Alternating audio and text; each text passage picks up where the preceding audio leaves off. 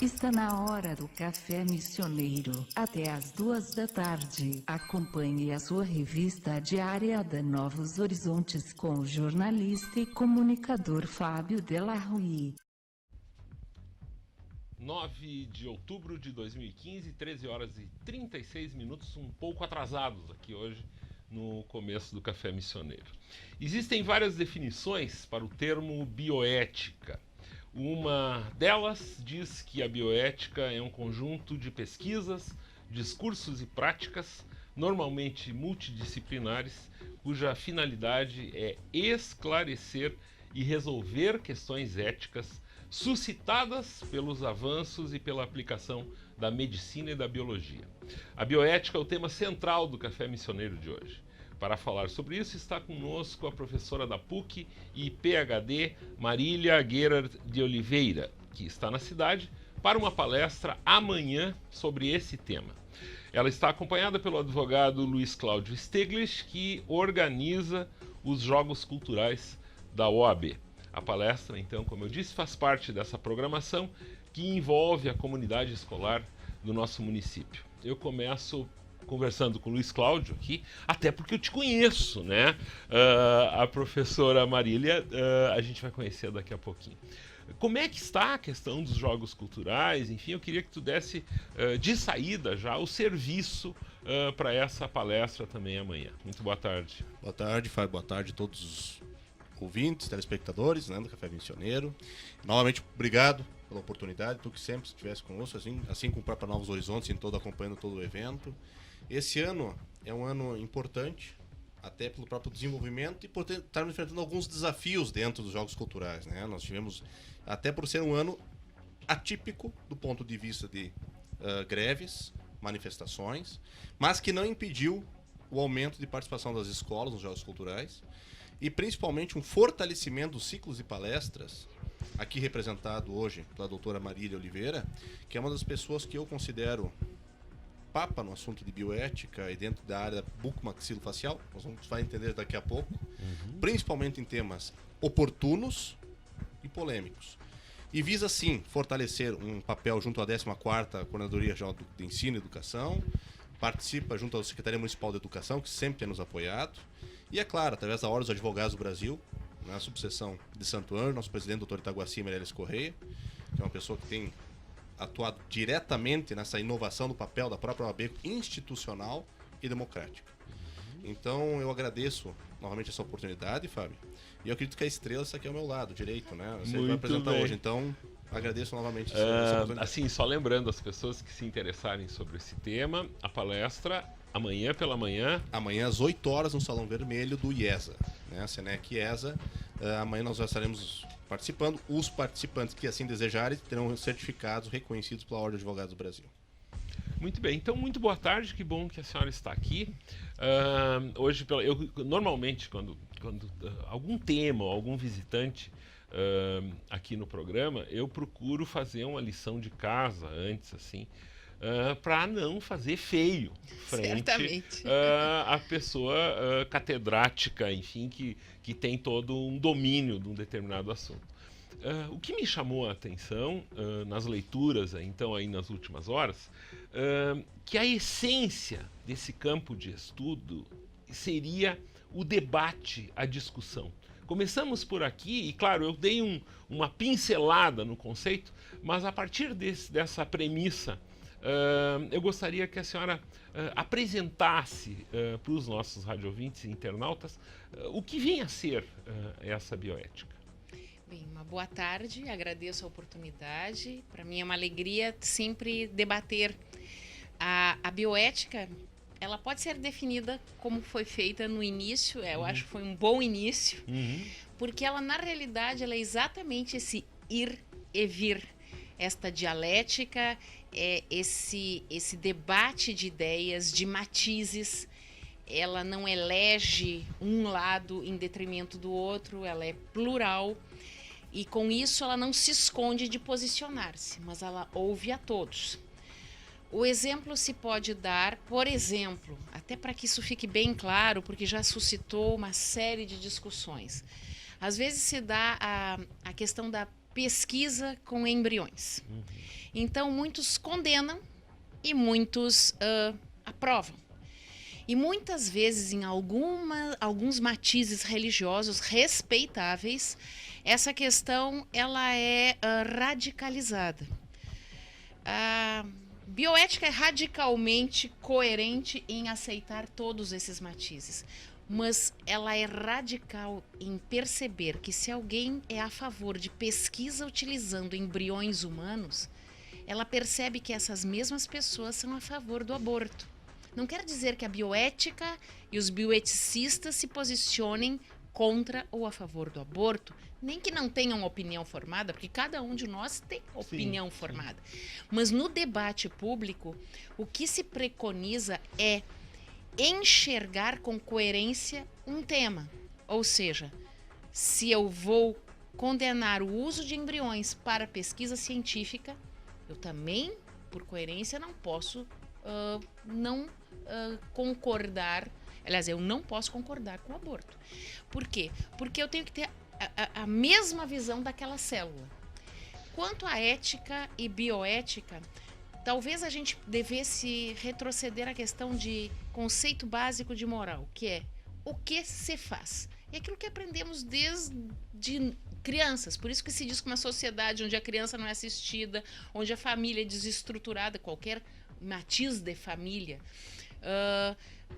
um adotado, um nascido, um geneticamente igual aos seus pares, mas quando nós não temos essa educação que nos dá a intuição do que devemos fazer para o bem, nós já estaremos entrando numa ética onde nós talvez não saibamos responder corretamente o porquê devemos fazer isso. Porque a ética nos pergunta por que fazer, a moral o quê e a ética o porquê. Nisso entramos então nessas ciências da vida, que incluem o biodireito, que incluem a ecologia, que incluem as ciências da vida, as ciências da saúde, a pesquisa em todos os seus matizes. E daí nós passamos a pensar em uma relação de direitos e deveres, de uma via de mão dupla, onde o respeito ao outro significa também que ele me ouça, e que desse debate para uma determinada questão saia uma solução consensuada e que pode não ser a mesma solução para um dilema semelhante num outro ambiente e num outro contexto, porque aí influem questões religiosas, questões culturais, questões étnicas, questões temporais. O que pensaríamos como uma solução para um problema de saúde pública na Idade Média é impensável nos dias de hoje. O que pensávamos de atendimento em odontologia antes do advento de anestesia, e temos até hoje os humoristas fazendo piada sobre extração dentária, é incompatível com o que temos hoje. Aliás, hoje extração dentária, dentro de uma saúde minimamente competente na sua resolução dos problemas, ela é uma exceção e não mais a regra. Então, o que eu posso dizer para introduzir esse assunto é que a bioética se ocupa de uma estrada que pode ter várias pistas, só 2 pistas, mas que seja de mão dupla, que dialogue. É muito interessante porque a gente ouviu até então a questão do erro médico, da ética médica. E a bioética é muito mais do que isso. Ela é, se a gente fizer apenas tentar analisar isso, eu observo, por exemplo, eu gostei muito dos exemplos apresentados nos seus trabalhos. Eu acho que aquilo ali é uma forma para a gente entender as minúcias da bioética e com essa visão que a gente tem comumente de ética, vamos dizer. Eu acho que aí que seria um ponto que, claro, que é muito abrangente a gente tentar aqui em meia hora falar de forma mais específica. Mas então, nesse sentido, um médico, eu vou utilizar o exemplo aquele dado, um dos exemplos dados em relação à odontologia. Eu gostaria que a senhora tentasse nos explicar um desses casos, aonde a presença da bioética numa atitude, vamos dizer assim. Então, tem um exemplo ali, eu vou ser superficial, mas que apresenta um estudante, enfim, que descobre que um paciente teria condições, deveria fazer uma intervenção ou alguma coisa assim, e que a medida tomada pelo odontólogo, enfim, pelo cirurgião, não era aquela. Né? Então esse é o caso, mais ou menos assim, um caso que a senhora apresenta. Eu gostaria de onde que entra a bioética aí e fazer uma relação com a visão que comumente a gente tem da ética. Eu me atrapalhei um pouco, mas é eu mais ou compreendi menos isso. perfeitamente. Eu acho que eu vou ter que fazer um preâmbulo antes Ótimo. de chegar ao caso. Porque nós temos que deixar muito claro que ética é substantivo, que tem que ser adjetivado. Nós temos um senso comum ainda muito arraigado de que ser ético é ser bom. A ética não pressupõe que você seja bom. A ação ética não pressupõe que ela seja boa. Ética é padrão de conduta. E o padrão de conduta pode ser bom ou não ser bom, ser mau. Quanto à questão do ato médico, ou do ato de enfermagem, ou do ato de psicologia, ele não é obrigatoriamente ético. O ato profissional é deontológico, porque ele tem um cunho legalista, no bom sentido corporativista, porque os códigos deontológicos, eles protegem ou tentam proteger a profissão do mal profissional, do eticamente incorreto. Recentemente, o exemplo daquele médico famosíssimo que molestava suas pacientes quando do atendimento. Sim. E que ficou um caso rumoroso. Ele na realidade, a deontologia profissional, o código deontológico, que é chamado Código de Ética Profissional, ele na realidade, ele visa advertir, punir ou até excluir de uma classe profissional o mal profissional, o eticamente incorreto. Certo. E voltando à questão de um caso objetivo agora. Você pode ter, por exemplo, a chegada de um paciente. Um exemplo que me ocorre muito claro e que ainda não é tão mais frequente, mas ainda é chegar a um paciente que se declara HIV positivo. Muitos profissionais, um número cada vez menor, graças a um projeto de conscientização a partir das disciplinas de bioética, o profissional diz assim, mas eu não atendo estes casos, nós temos que mandar para um outro atendimento. A pergunta que sempre se faz quando se dá instrução ao nosso aluno de graduação e de pós-graduação: você não está ensinando o paciente a não declarar-se HIV positivo? Se ele vai enfrentar tantos problemas, se ele vai enfrentar tantas pedaladas, ou seja, se ele vai de Santo Ângelo para Passo Fundo, de Passo Fundo para Santa Maria, de Santa Maria para Pelotas, de Pelotas para Florianópolis, de Florianópolis para Campinas, para ser atendido. E isso me parece que também enseja que a gente pense num segundo processo. Às vezes existem coisas que são estigmas. O HIV, por exemplo, é um estigma. É uma doença transmissível? É uma doença transmissível. Mas não existe esse estigma se eu chegar ao consultório de alguém, desses alguéms ainda não conscientes da importância do seu ato profissional, e que se declare, eu sou positivado para hepatite C. As pessoas vão usar barreiras de proteção, luvas, máscaras e vão atender o paciente. A chance de contaminação por hepatite, seja A, B ou C, é muito maior do que por HIV. O vírus HIV por si só é de muito mais fácil destruição por técnicas de esterilização do que os vírus das hepatites. Então, assim, se fosse só pela questão do potencial, da gravidade, da infecciosidade, o que nós temos que saber é que temos que sempre atender todos os pacientes com barreiras de proteção.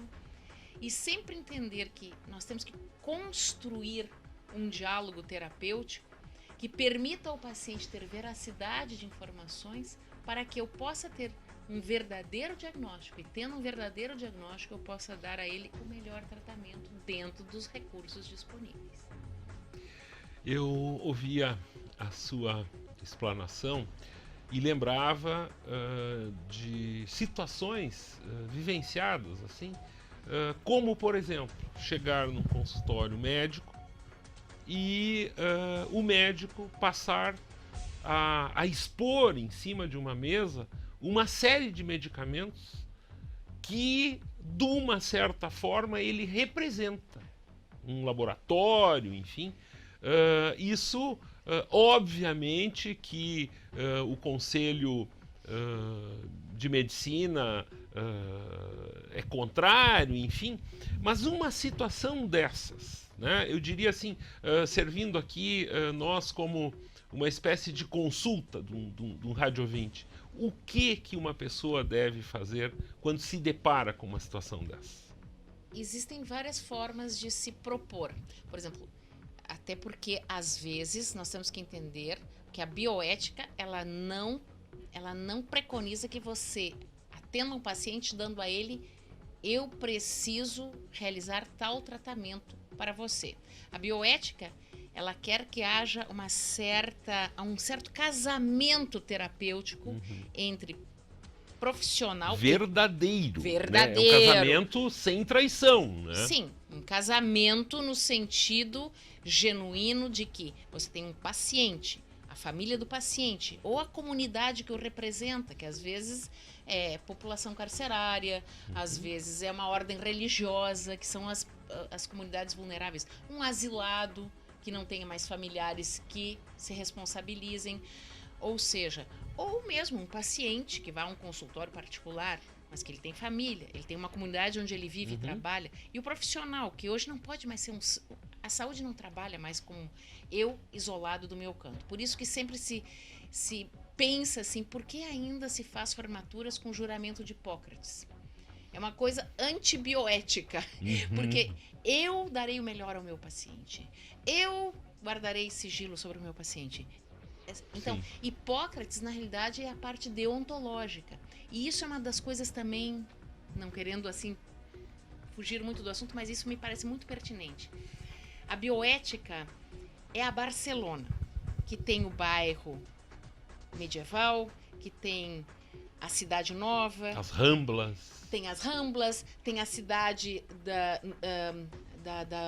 aquela área toda das Olimpíadas. Ou seja, nós temos uma diversidade. Quando se fala em bioética, a gente tem que pensar naquela Idade Média onde as pessoas cercavam uma cidadela, derrubavam, tomavam, destruíam a biblioteca, matavam, estupravam. A bioética, ela não quer aquele Hipócrates que está na deontologia, é resumido num princípio chamado beneficência, dar ao paciente o que há de melhor do meu conhecimento, mas incluí-lo na não maleficência, que é assumir o risco, que isso é uma das coisas que você tem que ensinar hoje para você ter o princípio da veracidade. Você tem que usar, além da beneficência, eu te dou o melhor do meu preparo técnico, científico e ético, padrão de conduta, eu te digo os riscos.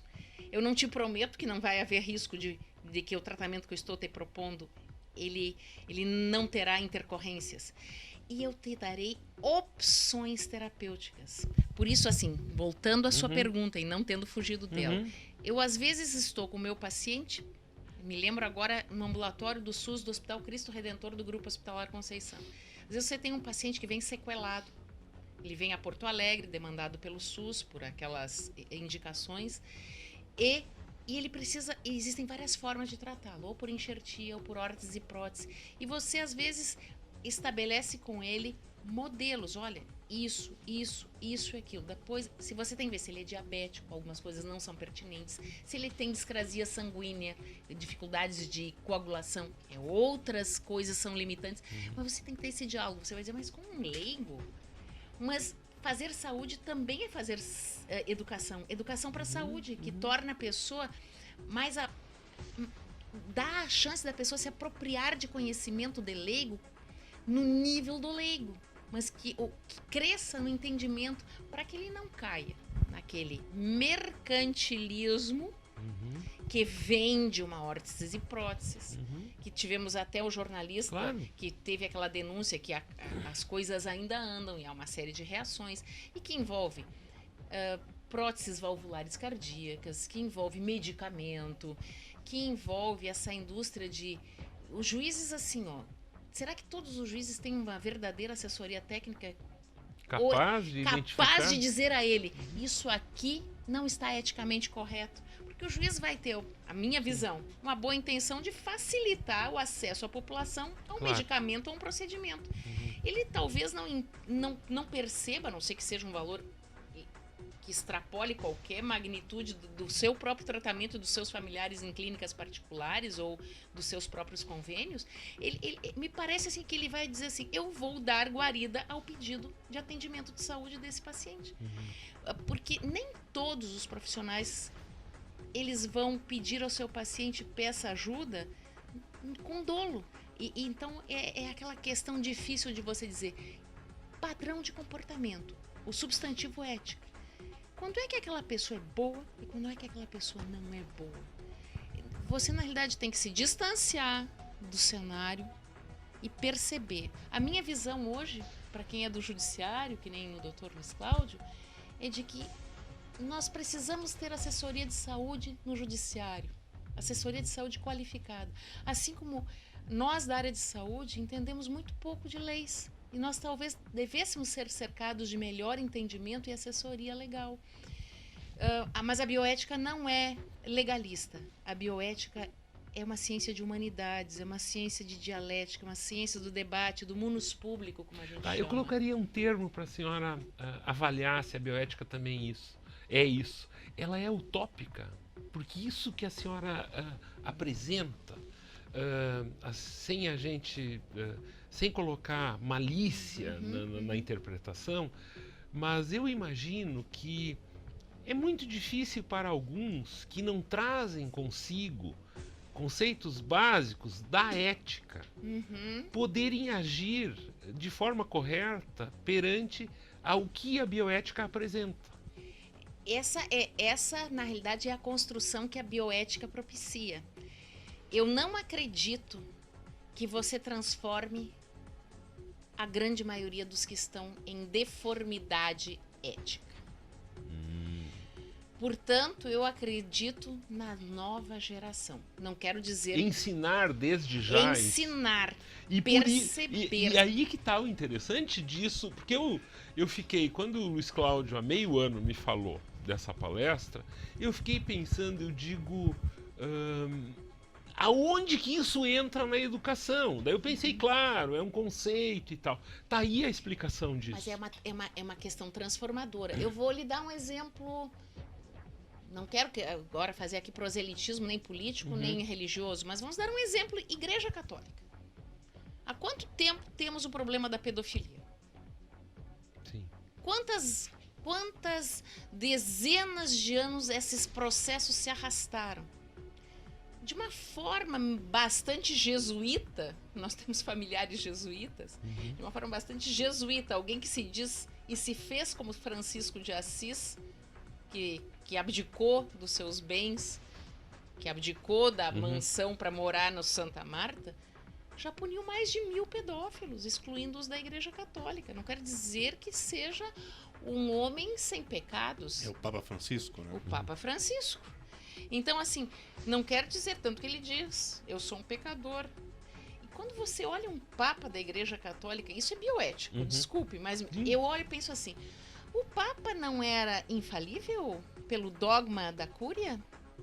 Nos foi apresentado até... Pois é, mas um Papa Francisco, que se diz pecador e orem por mim e me abençoem para eu poder abençoá-los, ele não faz uma coisa que é muito... ida e volta, como muito jesuítica, né? Que é aquela questão jesuíta de você, às vezes, espantar dentro da própria igreja os seus pares, né? Mas, na realidade, quando disseram a ele, através de alguns membros da Cúria, de que ele estava tomando atitudes, que não estava respeitando os dogmas, o que ele disse? que ele estava respeitando Cristo e não os dogmas criados por homens.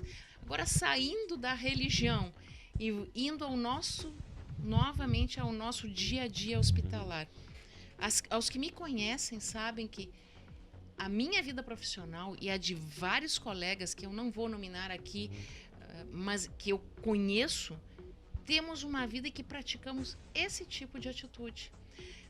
Por exemplo, se você olhar bem dentro de um atendimento SUS, você terá muitos episódios de mau atendimento.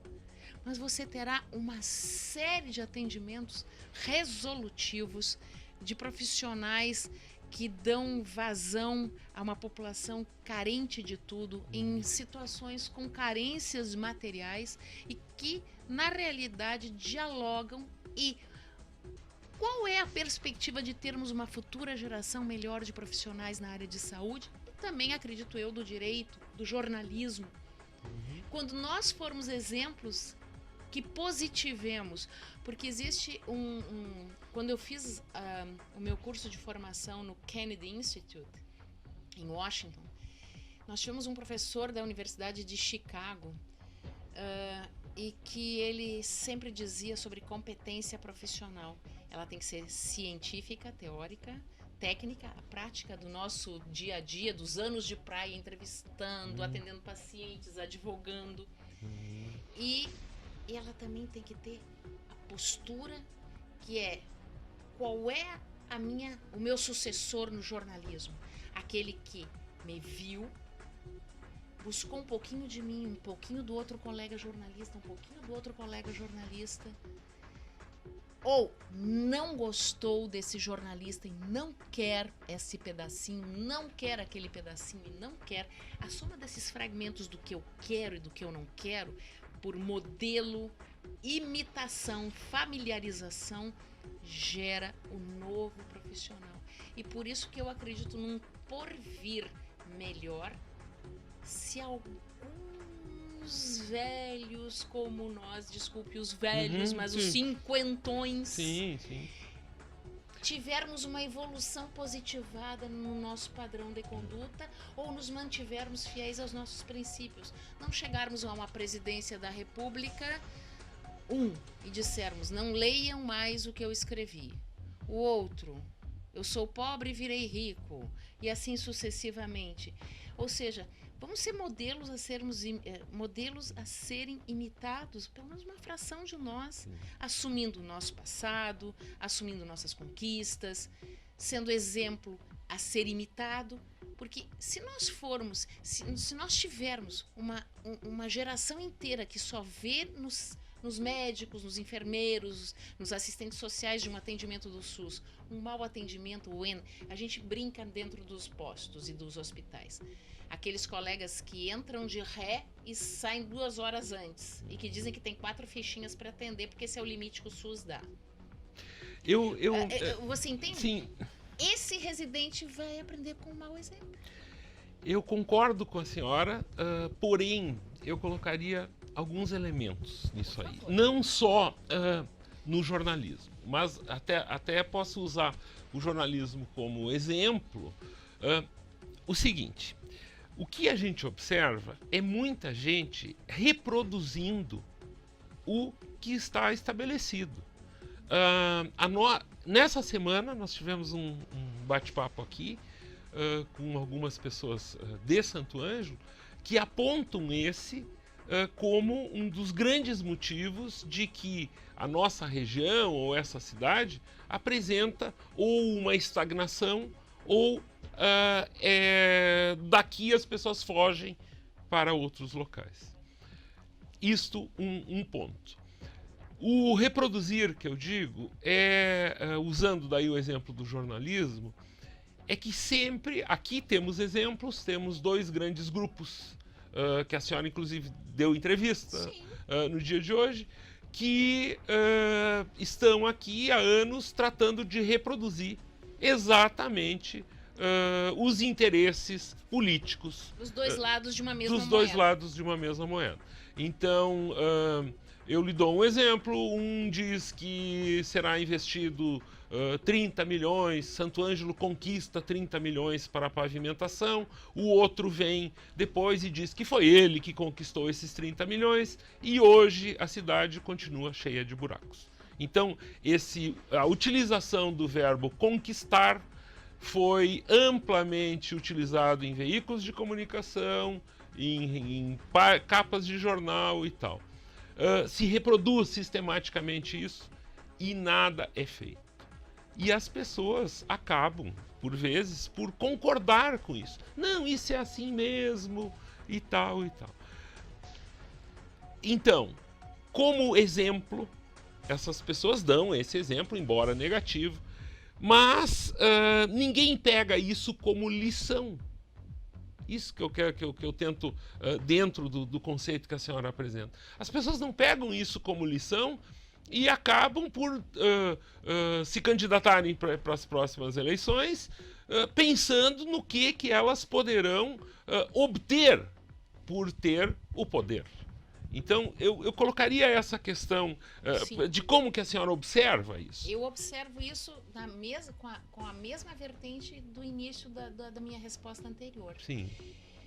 Enquanto nós não transformarmos parte do que temos de cidadãos para que eles tenham cidadania maiúscula, para que consigamos transformar uma maioria dentro de uma democracia dos que elegem em cidadãos de verdade, aqueles, por exemplo, que exercem uma profissão da área de saúde, na órteses e próteses, que foi o último escândalo, com probidade. Às vezes é necessário utilizar órteses e próteses, Claro. mas que sejam corretos, eticamente corretos. Quando nós separarmos mercado de futilidade. Futilidade no tratamento na minha área é assim. Eu agora sofri um acidente ontem. Estou aqui, curativos, equimoses.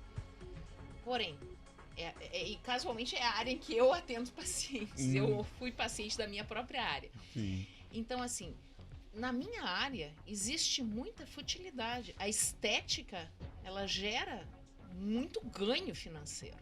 Mas você pode ganhar muito dinheiro fazendo corretamente, sem extrapolar a futilidade, assim na oncologia, assim no direito, assim no jornalismo. Sem Existe dúvida. um outro lado que se chama empregabilidade. As pessoas têm muito medo dessa palavrinha empregabilidade. Eu, por exemplo, sou uma pessoa que, para os que me conhecem, sempre fui muito ousada. Eu, aos 30 anos de magistério, sempre disse que eu iria me aposentar. Eu disse que iria me aposentar do magistério de graduação aos 30 anos. Eu me aposentei aos 30 anos, 4 meses e 8 dias, para completar o G2, os exames da graduação. Continuo pesquisadora, continuo trabalhando com pós-graduação, continuo na linha de frente da emergência de um hospital do SUS, continuo publicando, continuo dando palestras. Daqui a 2 semanas vou dar um curso no hospital da USP e assim sucessivamente. Continuo viajando, continuo me atualizando. Mas isso paga preço. Você também, eu acho que tem que criar aquilo que se chama de verdadeiro empreendedorismo. Aquilo que alguns jovens criaram nos Estados Unidos e geraram tantas transformações na área de tecnologia, computação, informática, e que se pode expandir por todos os setores. No jornalismo, nós sabemos que existe uma série de órgãos que estão fazendo uma certa seleção natural por motivos que conhecemos. Na área de saúde não é diferente, nas áreas de universidades não é diferente. Você vai dizer, mas há concursos públicos. Há concursos públicos e há concursos públicos. E eu não estou dizendo nada que não me pareça justificável dizer. Não estou dizendo que os concursos públicos não são justos. Sempre há uma pequena parcela de procedimentos em todas as áreas de atividade que poderiam ser aprimoradas, poderiam ser mais justas, poderiam ser mais transparentes. poderiam ser mais auditadas.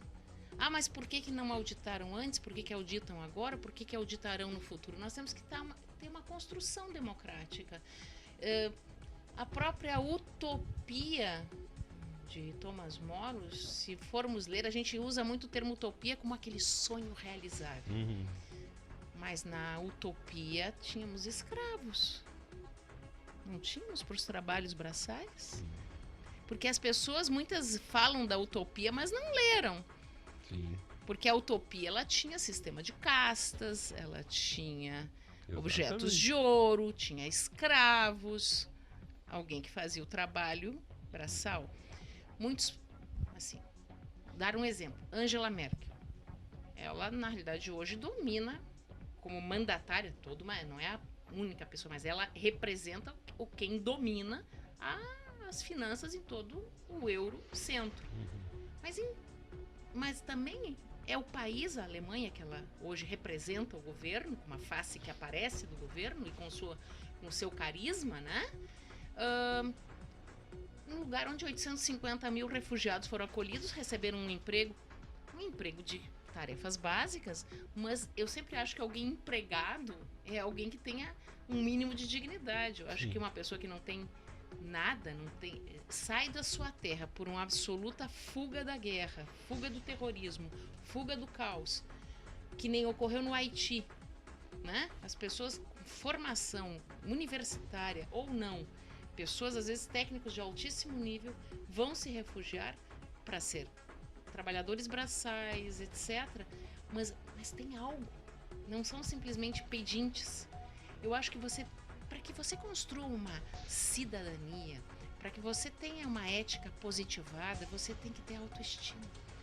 E se eu fugir um dia de um país porque ele está em guerra, porque eu vou ser decapitada, ou porque eu vou ter que me submeter, e alguém me acolher para que eu limpe banheiros públicos sob guarda daquele estado, mas com leis daquele país que me acolham e que deem aos meus filhos condições de irem à escola e terem um mínimo de saúde, eu não vou ter uma tão baixa estima, porque eu vou me sentir um ser humano que, em troca de uma fuga, recebi abrigo, mas me tornei útil. Volto a dizer mais uma diferença do Papa Francisco. O que ele fez ainda esta semana? Há uma série de prédios, sempre se falou tanto disso, os prédios do Vaticano. Havia um prédio no Vaticano ocupado por um número pequeno de religiosas de uma ordem que tem por tarefa, né, acolher, servir. Ele sempre diz que as freiras, ele é muito pragmático, freiras não são solteironas, elas são casadas com Cristo, elas têm que atender as crianças, atender os velhos, atender os estudantes, elas são mães. Sim. Mães no seu casamento com Cristo. Ele sempre diz isso. Interessante. E ele está acolhendo agora moradores de rua, mas em troca, quando ele tem as audiências, eles distribuem as Bíblias. Eles podem ocupar para tomar banho os banheiros do Vaticano, mas eles têm que vir fazer a barba uma vez por mês ali com os barbeiros voluntários da Itália, que são de comunidades católicas.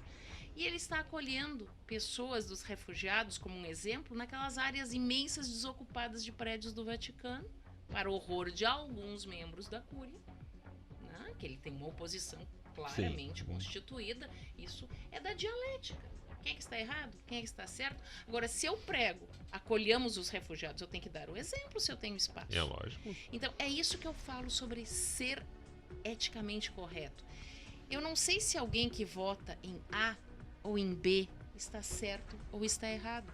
Porque eu posso votar no Aécio ou na Dilma ou no Aécio. Mas eu tenho que ter na avaliação da ação dos dois personagens mais recentes de uma disputa presidencial o mesmo critério de avaliação de um e de outro. Para que a gente não caia numa coisa assim, o que a Dilma faz eu vou proteger, o que o Aécio faz eu vou dizer que é muito ruim. O que o Aécio faz é maravilhoso e o que a Dilma faz, tudo é ruim. Isso é uma coisa ética não diz isso, ela diz que você tem que ter uma dialética do bem, do positivado. Você tem que ser crítico, você tem que dizer isso não está correto, mas não tem que ser correto aquilo. E não tem que concordar com tudo de olhos fechados. Exatamente. Muito bem, eu lamento só que a gente estourou o tempo aqui em 15 eu não sei minutos. Nem se eu não me dispersei no tempo. Não, mas essa até é uma característica do nosso programa e por isso que a gente tem tanta audiência nesse horário. Porque a gente começa uma conversa e com o passar do tempo a gente pode parar no outro lado do rio, mais ou menos. Mas isso é bioética. Então, esse diálogo plural. Que ótimo. E multifacetado, como você leu no início do programa. Eu fico muito contente aqui em receber, eu considero isso um grande elogio.